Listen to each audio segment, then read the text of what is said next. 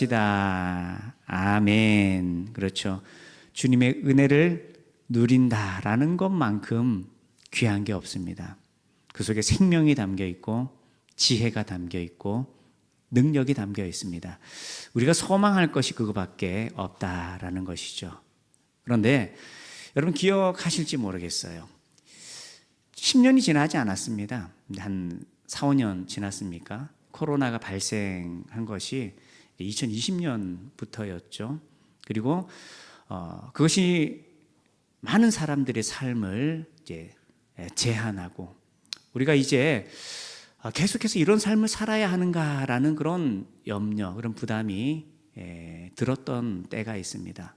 그런 상황 속에 많은 사람들이 이제 소망하는 한 가지가 생겨났죠. 그게 무엇이었을까요? 백신이었습니다. 코로나를 막아줄 약이 없다라고 생각했는데 이제 아주 큰 제약 회사에서 몇몇 가지 코로나 백신을 만들어낸 것이죠. 그리고 사람들은 생각했어요. 이제 이 백신을 맞으면 우리가 코로나에서 해방되고 또 안전하고 건강한 삶을 살 수 있지 않을까라고 생각을 했습니다. 그리고 몇 년이 지났어요. 얼마 전에 그런 뉴스를 봤습니다. 코로나 백신이 완전하지 않다. 또 안전하지 않다라는 그런 발표를 들었습니다. 짧은 시간 안에 만들어진 약이었기 때문에 그것이 완벽하게 이 코로나를 막아줄 수 있으며 또 우리의 몸에 해가 없는 그런 약인가? 그렇지 않다라는 발표를 했죠. 그러면 되묻습니다. 아니 우리 지금 이제 웬만한 코로나 걸려도 그냥 감기처럼 잘 극복하고 넘어가지 않냐? 이거 백신 맞아서 그런 건 아닌가라고 생각할 수 있겠죠. 근데 그게 아니라 이미 많은 사람들이 코로나를 걸려서 이제 우리 속에서 생긴 항체 때문에 우리가 이 코로나에 묻어내진 것이지 백신 자체가 우리에게 큰 이득을 준 것이 아니다라는 겁니다. 오히려 이것이 우리에게 알게 모르게 이제 후유증을 가져다 줄 수도 있다라고 합니다. 이 소식을 들으면 배신감이 느껴질 수 있어요. 여러분 만약 이 사실을 과거에 여러분이 먼저 알았다면 그 코로나 시국 속에 이 백신을 맞으려고 우리가 했을까요? 아마 많은 사람들이 나는 그냥 코로나 걸려서 죽지 않고 견뎌낼 수 있고 항체가 생긴다면 난 그냥 그렇게 살아가겠다라고 말하는 사람들, 그렇게 선택하는 사람들이 더 많았을 겁니다. 이런 일들을 통해서도 이건 몇몇 사람이 아니죠. 전 세계 역사적으로 이 땅을 휩쓸고 간 그 코로나 광풍 속에 이 백신에 대한 우리의 자세 몇 년 사이에 바뀌어버린 겁니다. 한때는 이것이 우리의 소망인 것처럼 여겼다가 그러나 지난 이후에는 이것이 별것 아니었네. 오히려 내 몸에 좋지 않은 영향을 줄 수도 있는 것이네 라고 바뀌어버렸다라는 거죠. 그런데요, 코로나뿐만이 아닙니다. 세상 살아가면서 우리가 많은 일들 속에 이런 상황을 겪게 됩니다.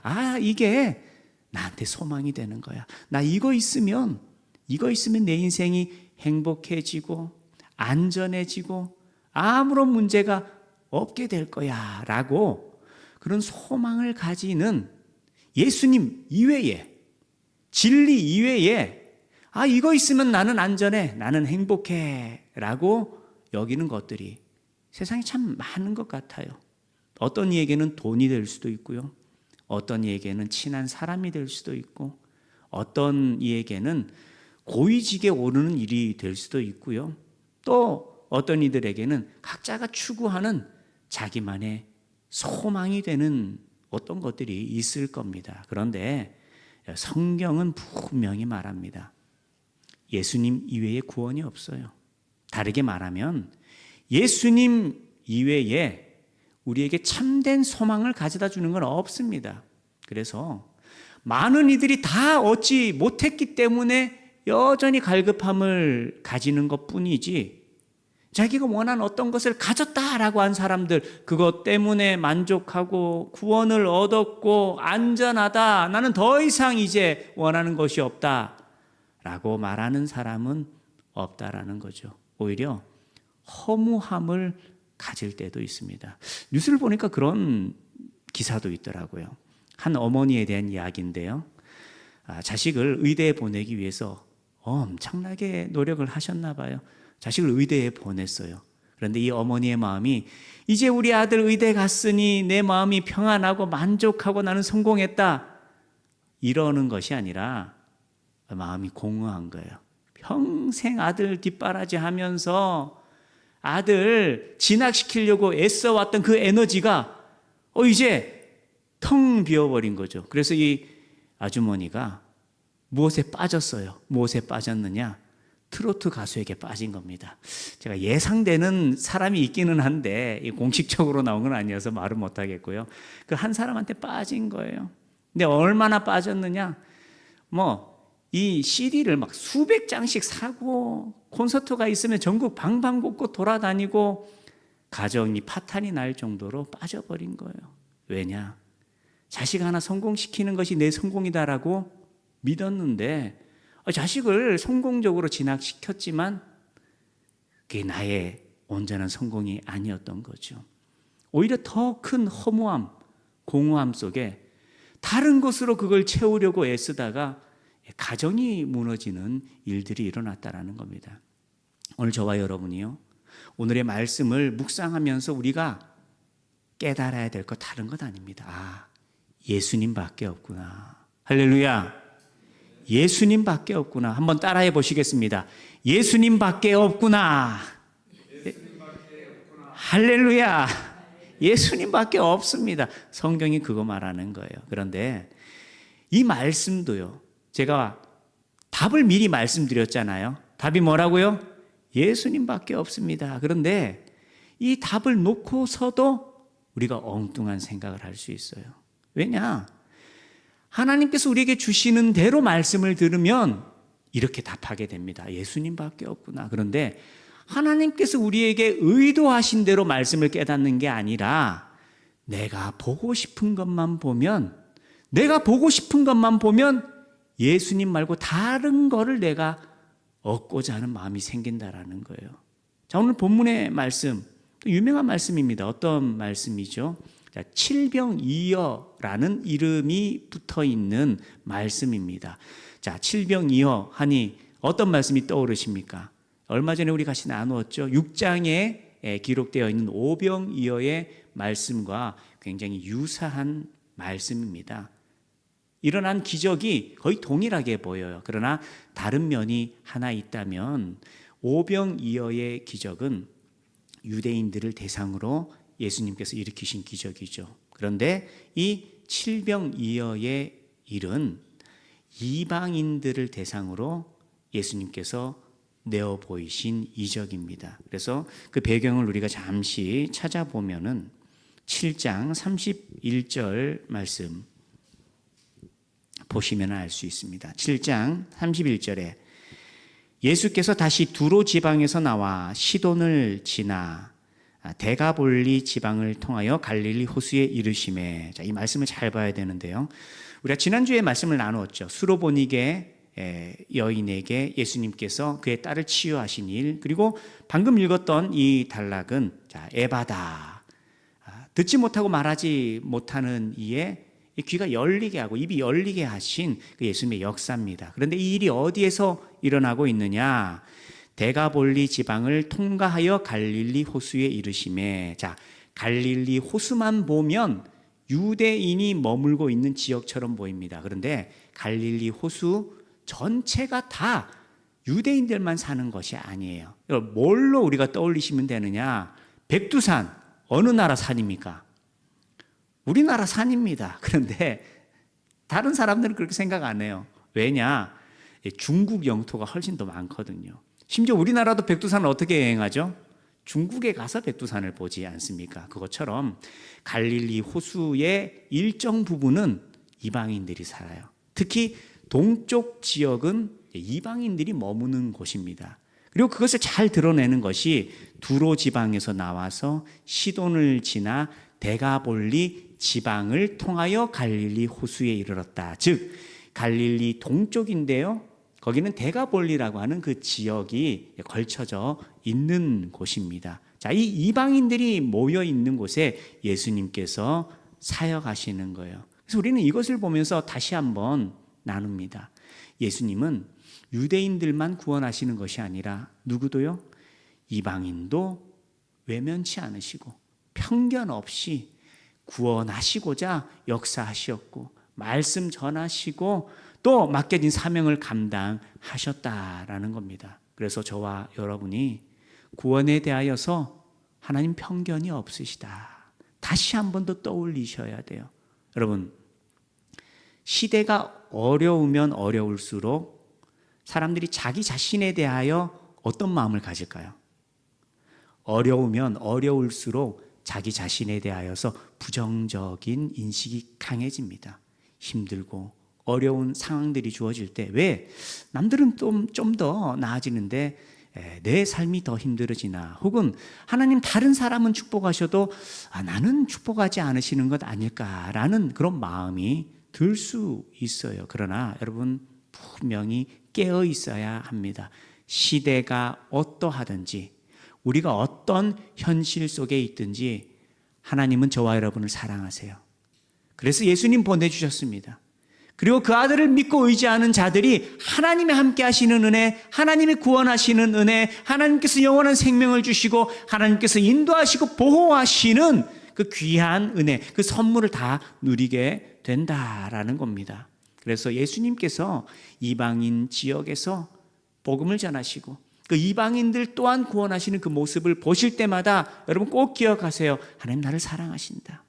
하나님 나를 사랑하신다. 뿐만 아니라 혹 내가 어떤 누구에 대하여 선입견을 가지고 있었다라고 한다면 말씀을 통해 깨트려야 됩니다. 저 사람은 하나님께서 구원하지 않으실 거야. 왠지 그런 마음이 들 수 있어요.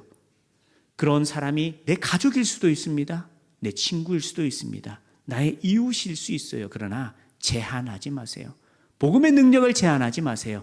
하나님께서 택하신 자, 하나님께서 구원하시고자 하는 자, 그가 어떤 사람이냐라는 것이 기준되지 않습니다. 그래서 기도하시고 중보하시고 복음을 전하면서 하나님의 은혜가 흘러가도록 해야 합니다. 조금 다른 얘기일 수 있지만 11월 16일에 우리 추수감사주일을 영혼 초청주일로 예배합니다. 복음을 다 미처 전하지 못했다 하더라도 예배에 초청할 수는 있잖아요. 복음은 제가 전하면 됩니다. 여러분 대신 기도하시고요. 또 담대하시고요. 복음을 전하시든지 혹은 예배로 초청하시어서 그들이 주님 만날 수 있도록 여러분이 힘써 섬기시고 또 사명 감당할 수 있기를 축복합니다. 예수님께서 그렇게 이방인 지역 가운데서도 동일하게 역사하십니다. 어떤 역사요? 지금 예수님과 함께 많은 사람들이 있는 거예요. 그 앞선 단락에서부터 예수님이 행하시는 일들을 주변 사람들이 봤잖아요. 그것을 보고 예수님께 소망을 품고 예수님을 따릅니다. 그리고 예수님과 여러 날을 같이 하죠. 그래서 8장 2절 말씀을 보시면 내가 이 사람들 참 불쌍히 여기고 있다. 그들이 나와 함께 있은 지 이미 사흘이 지났으나 3일 동안 여러 사람들이 예수님과 함께 이미 함께 있었다라는 겁니다. 그런 상황 속에 예수님께서 그들을 어떻게 해요? 긍휼히 여기십니다. 불쌍히 여기십니다. 왜요? 그들이 예수님 말씀 듣고 예수님 행하시는 놀라운 일들 바라보면서 예수님께 소망을 품고 예수님을 따르는데 계획된 일이 아니었잖아요. 예수님 오실 것을 미리 알고 준비한 것이 아니었잖아요. 여러 날을 예수님 따르다 보니 뭐가 다 떨어졌을까요?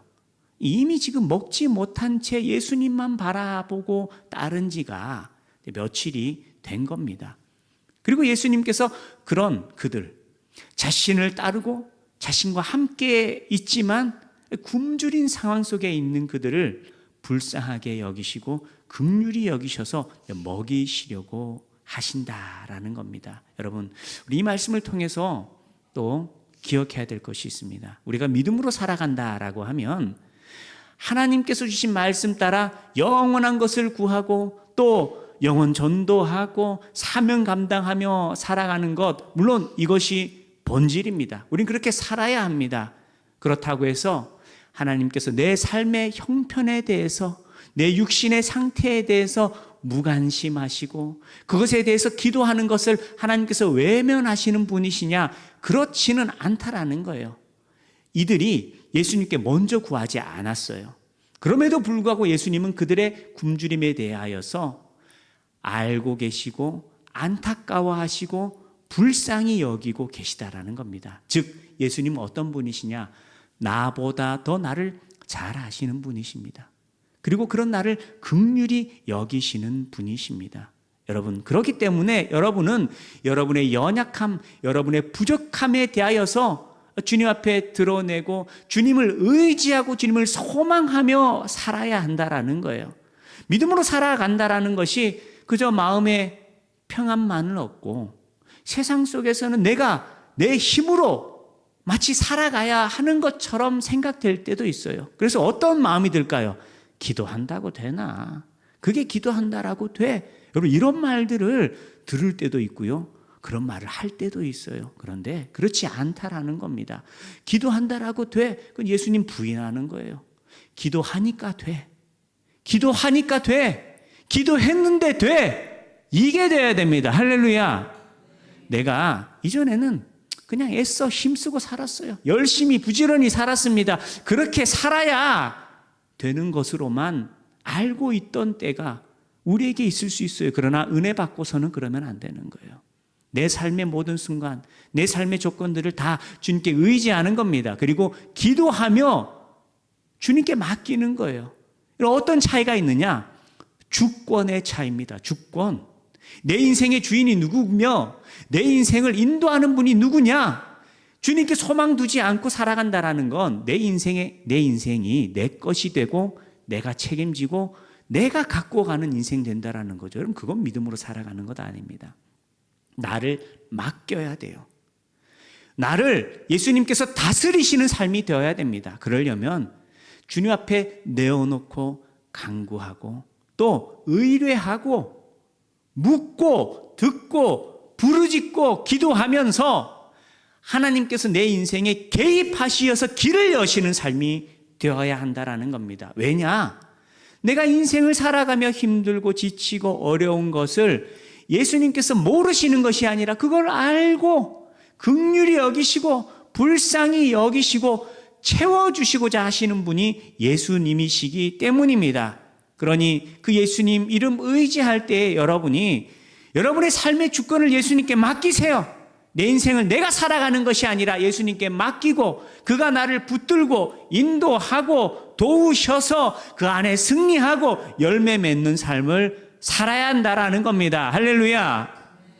우리 속에 그런 귀한 믿음이 있길 원합니다. 그리고 그 믿음 가지고 주님을 의지하며 주님께 맡기는 그런 믿음의 삶 속에 하나님께서 함께 하심을 저와 여러분이 누려야 한다라는 겁니다. 자, 그런 믿음 가지고 주님을 의지합니다. 소망합니다. 그런데 여러분, 구별해야 되는 것이 있어요. 자, 제가 뭐라고 얘기했습니까? 나를 주님께 맡기고 주님을 의지하는 것을 또 다른 표현으로 제가 뭔가 말을 했어요. 뭐라고 말했죠?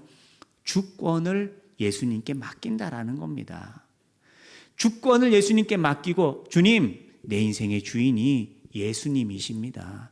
그런데 주님께서 나를 붙드시고 주의 영광 위에서 나를 사용하시고 나를 통하여 역사하시는데 내 인생의 궁핍함과 연약함, 내 육신의 어려움들 주님 외면하는 것 아니시죠? 나를 긍휼히 여기시고 나와 함께 해주세요. 또 하나님께서 나를 붙드셔서 나를 통해 하나님의 뜻이 이루어지고 하나님 영광 받으시는 믿음의 삶을 살아가게 해주세요. 하나님 기뻐하시는 인생이에요. 그런데 하나님께서 기뻐하지 않으시는 기도도 있어요. 오늘 예수님의 말씀을 통해서 확인할 수 있습니다. 어떤 말씀이죠? 11절의 말씀입니다. 바리새인들이 나와서 예수님을 신란합니다. 비난합니다. 그를 시험합니다. 그러면서 하늘로부터 오는 표적을 구한다라고 합니다. 이에 대해 예수님은요, 탄식하십니다. 그리고 마태복음에서는 어떻게 말씀하셨느냐? 마태복음 16장에 평행 본문이 있습니다. 거기에서 예수님은 악하고 음란한 세대가 표적을 구한다라고 말씀하세요. 자, 예수님께 뭔가를 구하는 거잖아요. 우리로 말하면 기도하는 겁니다. 예수님 이거 좀 해주세요. 이루어 주세요. 그런데 예수님이 왜 그렇게 구하는 자들에게 악하고 음란한 세대가 표적을 구한다라고 책망하실까요? 왜 예수님께서 탄식하실까요? 자, 이유는 다른 게 아니에요. 이 바리새인들은 예수님께 왜 구했습니까? 나와 있잖아요. 그를 무엇하여서 구한다고요? 시험하여서 구한다라는 겁니다. 예수님을 시험하는 거예요. 예수님을 신뢰하고 의지하고 내가 예수님 믿고 예수님 섬깁니다 라는 것이 아니라, 그래 예수는 한번 해봐라, 시험을 하는 겁니다. 그리고 예수님을 또 신란했어요. 비난했습니다. 왜? 예수님께서 이방인들 가운데 함께 있으시면서 이적을 일으키셨죠.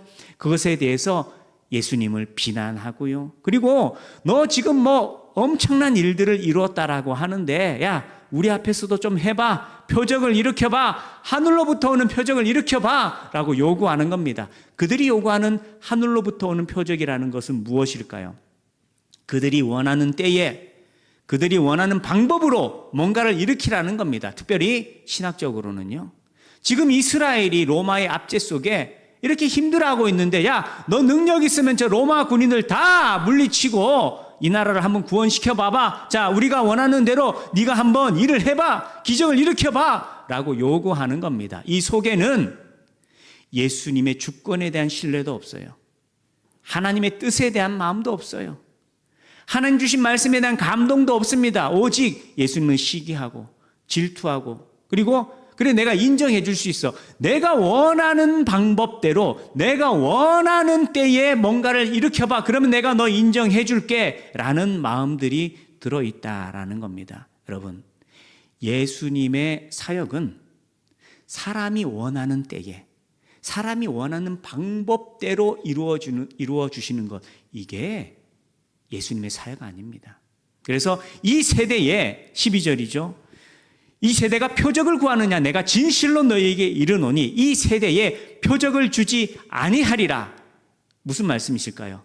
너희들이 원하는 방법, 너희들이 원하는 때에 너희들이 원하는 것대로 내가 일하지는 않는다라는 겁니다. 그러면 예수님은요, 왜 칠병이어의 이 놀라운 일들을 이루셨습니까? 제가 지난번 오병이어의 말씀을 나누었던 것처럼 예수님께서 그들과 이미 무엇을 하고 계셨죠? 말씀을 나누고 계셨어요. 3일 동안 그들이 함께 있었잖아요. 물론 예수님 치유의 역사도 일으키십니다. 그러나 설교하시고 예배하시면서 하늘로부터 오는 구원이 무엇인지, 하나님의 나라가 어떠한지 복음을 전하고 계셨다라는 겁니다. 복음을 듣는 이들을 향하여서 그들의 굶주림을 긍휼히 여기시고 하나님께서 먹이시기도 했다라는 거죠. 그리고 그 예수님의 일을 보면서 이 무리들은 무엇을 깨달아야 하느냐? 야, 정말 예수님 대단하신 분이다. 예수님 우리를 배부르게 하시는 분이다. 이걸로 끝나면 안 돼요. 예수님 정말 하나님의 아들이시고 예수님이 정말 구원이시고 정말 우리에게 소망은 복음밖에 없구나. 이걸 깨닫는 것이 올바른 믿음의 반응이다라는 거예요. 그래서 오병이어에 대하여서 요한복음에는 나와 있죠. 그렇게 은혜 받고 배부르게 누리게 된 이들이 예수님을 어떻게 대하죠? 예수님을 왕으로 섬기려고 합니다. 근데 그건 예수님이 원하셨던 게 아니에요. 그래서 예수님께서 그들을 떠나버리셨던 겁니다. 예수님께서 오히려 그들에게 선포하십니다. 내가 생명의 떡이다, 영생의 떡이다. 이건 오늘 나 때문에 이거 떡 먹은 거, 생선 먹은 거 이걸로 만족하고 그거 구하는 인생이 아니라 영원한 생명을 얻는 인생이 되어야 한다라고 예수님 가르치셨다라는 거죠. 이건 오늘 저와 여러분에게도 동일합니다. 예수님의 이 놀라운 일들을 보면서 우리가 무엇을 깨달아야 되느냐, 무엇을 고백해야 되느냐. 예수님께서 영원한 생명, 우리를 살리시는 참된 생명의 떡이 되시는구나 라는 것을 깨닫고 우리 인생의 소망이 어디 있다고요? 예수님께 있다라고 고백해야 됩니다. 예수님을 의지하며 살아야 되고, 또 내가 믿음으로 살아가면서 내가 고난을 받을 때가 있잖아요. 위기를 겪을 때가 있잖아요. 내가 질병 속에 어려움을 겪을 때도 있잖아요. 이런 모습에 대해서 예수님이 아신다고요? 모르신다고요? 아신다. 긍휼히 여기신다. 그래서 주님, 내가 예배하고 기도하며 주의 몸된 교회를 섬기고 복음 전하며 또 내가 먹고 살아가는 것이 나 혼자 배불리 먹고 살려고 하는 것이 아니라 정말 주님 영광 위하여 살아가기를 소망합니다. 그런데 내가 궁핍합니다. 내 육신이 힘이 듭니다. 내 관계 속에 어려움이 있습니다. 하나님, 내가 믿음으로 살아갈 수 있도록 나를 붙드시고 힘 주시고 내가 주의 영광 드러내는 인생 되게 하여 주십시오. 여러분, 이런 기도, 이런 부르짖음에 대해서 하나님께서 기뻐하시는 겁니다. 그건 단지 내 몸, 이 육신만을 위한 것이 아니에요. 정말 하나님 나라 위하여 살아가고자 하는 믿음의 고백이 된다라는 겁니다. 그렇게 말씀의 간절함을 두고서 사명 감당하려 하면서 기도하면서 영혼에 대한 관심을 가지고 주의 몸된 교회에 섬기며 또 나의 직장 가운데서도 나의 기업 가운데서도 말씀과 기도로 살아가는 인생이 될 때에 하나님께서 그 삶의 형편을 하나님 기억하시고 긍휼히 여기시고 회복시키시고 온전케 하시려고 하나님께서 은혜 부어주신다라는 겁니다. 저와 여러분이 그 믿음 가지고서 예수님 따르기를 원합니다.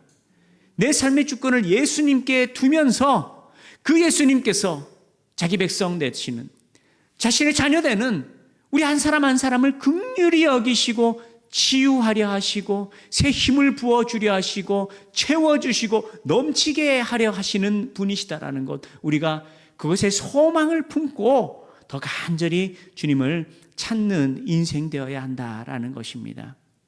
오늘 저와 여러분이 그런 믿음의 삶 살아가기를 원합니다. 그러면서 경계하기를 원합니다. 우리가 깊이 나누지 못하지만 14절부터 누룩에 대한 얘기를 하죠. 누룩이라는 것이 뭐냐? 제자들이 예수님과 함께하며 그들이 미처 양식을 많이 준비하지 못한 것에 대하여서 염려할 때에 너희 속에 누룩을 주의하라 라고 합니다. 예수님 무슨 말씀을 하시느냐? 이 누룩은요, 죄의 속성을 이야기하는 겁니다. 누룩이 어떻죠? 음식을 부풀게 하는 것이죠. 죄가 어떤 영향이 있느냐? 작은 것이 들어가는데 부풀어 오릅니다. 전염을 시켜버린다라는 거예요. 예수님께서 행하시는 이 놀라운 일을 겪었으면서도 불구하고 제자들이 무엇을 잊고 있느냐?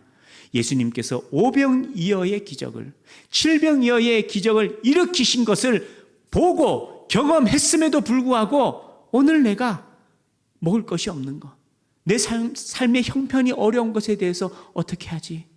이거 내가 뭔가를 준비했어야 되는데 다음 여행지까지 우리 먹을 것이 있을까 염려하고 근심하는 것, 이것이 누룩이 되어서 어떻게 되죠? 부풀어 올라서 나에게 주어진 은혜보다 염려, 근심, 원망, 불평이 더 커져버리면 믿음을 잃고 살아가게 돼버린다라는 겁니다. 그래서 우리는 분명히 결단하고 기도하고 다짐해야 돼요. 나에게 소망이 예수님밖에 없다. 나는 믿음으로 살아가야 한다. 그런 믿음의 고백 가운데 기도해야 됩니다. 내 마음을 지킬 수 있도록. 그렇지 않으면은요, 또 이 교회 문 밖을 나서게 되면 이 작은 누룩이 들어와요. 죄의 누룩이 들어와서 또 세상살이에 대한 염려, 근심, 원망, 불평 때문에 우리 마음이 무너져 버리게 되고 내 마음과 생각을 뺏겨버리는 일이 일어나게 됩니다. 사랑하는 성도 여러분, 저와 여러분이 우리의 마음과 생각을 지켜가길 원합니다. 주의 말씀을 통하여서, 기도의 능력을 통하여서 어떻게 해요? 나에게 소망, 나에게 영원한 생명은 오직 예수님밖에 없고 내가 어떤 상황 속에서든지 믿음으로 살아가기를 결단하면서 주님을 바라볼 때 주님께서 나와 함께 하시고 나를 보호하시고 건지시고 우리를 일으키신다라는 것을 저와 여러분이 굳게 믿고 삶의 형편과 상황 때문에 염려하거나 유혹에 빠지거나 시험에 드는 것이 아니라 주님 안에서 담대하고 결단하며 부르짖음 속에서 하나님의 함께 하심을 누리고 승리하는 저와 여러분 되기를 주님의 이름으로 축원합니다. 할렐루야.